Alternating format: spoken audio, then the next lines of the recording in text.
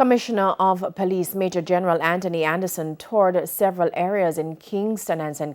today. This is to observe the level of compliance on day one of the weekend lockdown. Kirk Wright reports. Ordinarily, on an Easter holiday, a few businesses would keep their doors open to cash in on any potential sales. But with a lockdown enforced for the period, all businesses remained closed. And so it wasn't strange that the streets were almost void of vehicles. Gas stations were given the green light to open to sell petrol, but it appeared only a few took up the offer. It was basically the same in Spanish Town, except in some areas we observed the police sending people home who could not convince them why they needed to be out on the streets. Commissioner of Police Major General Anthony Anderson, who toured the old capital, says he's pleased with what he saw. This is, Spanish Town Center, so you can see behind me that pretty much people are complying. Clearly there's people who still have to go about their business to keep the country running.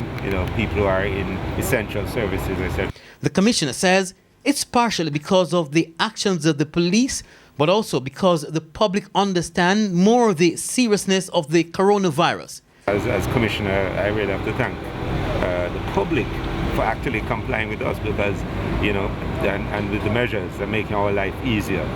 Meanwhile, over in St. Thomas, the streets may have been empty for the most part, but we observed a handful of people enjoying a swim at the beach. That was short-lived as the police intervened. Kirk Wright, TVJ News.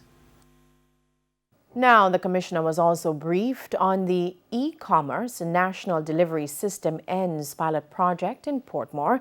The police have been kept busy trying to ensure that only registered delivery persons are on the road during the lockdown.